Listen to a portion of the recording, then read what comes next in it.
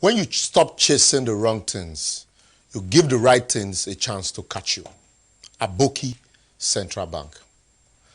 I recently watched the Nigerian Central Bank governor lamenting on how an online blog site, abokifs.com, was manipulating the Nigerian forex market, hence the fluctuating prices in Nigerian naira to the United States dollar. I didn't know whether to laugh or cry. It's either a CBN governor is intentionally using the press conference as a distraction from the real economic fiscal irresponsibilities of the Nigerian state and our political leaders, starting from the local government, legislators, governor, president, and the Nigerian National Petroleum Corporation or corruption, NNPC, or he just doesn't know the source of the problem.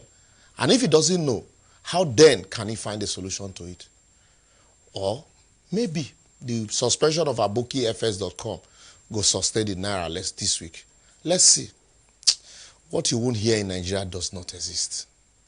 Imagine a country where at every month end, the different tiers of government will gather in Abuja to share allocation, which in some cases end up in bureau de change and private pocket. Fidibotto system of government, you will say, and then how did naira go take strong? From January to June 2021, the NNPC spent 1.47 trillion naira, that's about $3.6 billion, to import PMS alone. Nobody they talk about the cost of subsidy on this product, which is about 750 billion naira. According to Dr. Nnaemeka Onyeka Obiariri, by the time you add the import costs of the gasoline, DPK, and other mineral oil, the import value of these products may hit over $5 billion and $10 billion by the end of the year.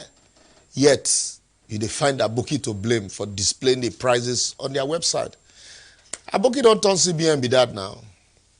Despite the fact that President Buhari is Minister for Petroleum and former Minister of State for Petroleum, Ibe Kachuku, promised us then that our refineries will work before May 2019, we have spent over 803 billion naira in 6 years to refine nothing on the refineries and paid salaries to the tune of 67 billion naira for producing nothing.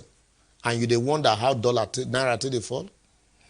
Even though the same crude oil, which is our only major source of dollar earnings, is in low demand globally.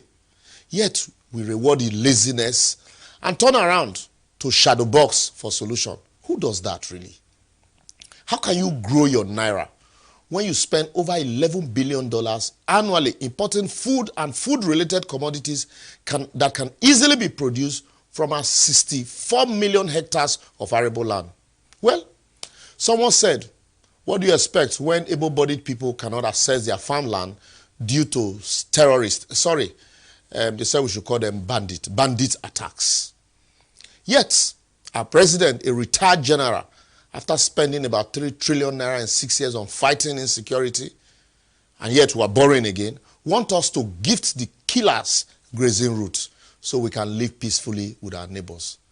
And you say it no go affect naira. Continue to look for Aboki. We spent 6 trillion naira in 18 years in Niger Delta with nothing to show for it. Much of the money find their way into private pocket, and yet nobody is punished. And you are looking for how the naira fell from grass to grace. In Mama P's voice, continue. Our president and political leaders goes abroad for headache as their insincerity compel our medical professionals to down tool. Whilst we all train our kids abroad now, since even our leaders don't have faith in our educational system, as lecturers are made to stay more at home than in classroom, and yet, as CBN expect the naira not to be under pressure. Make them they deceive themselves. Let me tell you, with the free fall of the naira and lack of infrastructures, coupled with insecurity, everyone is now saving in dollars, and businesses with forests are staying away from Nigeria. You better get that. These things are visible to the blind and audible to the deaf, apart from government and their praise singers.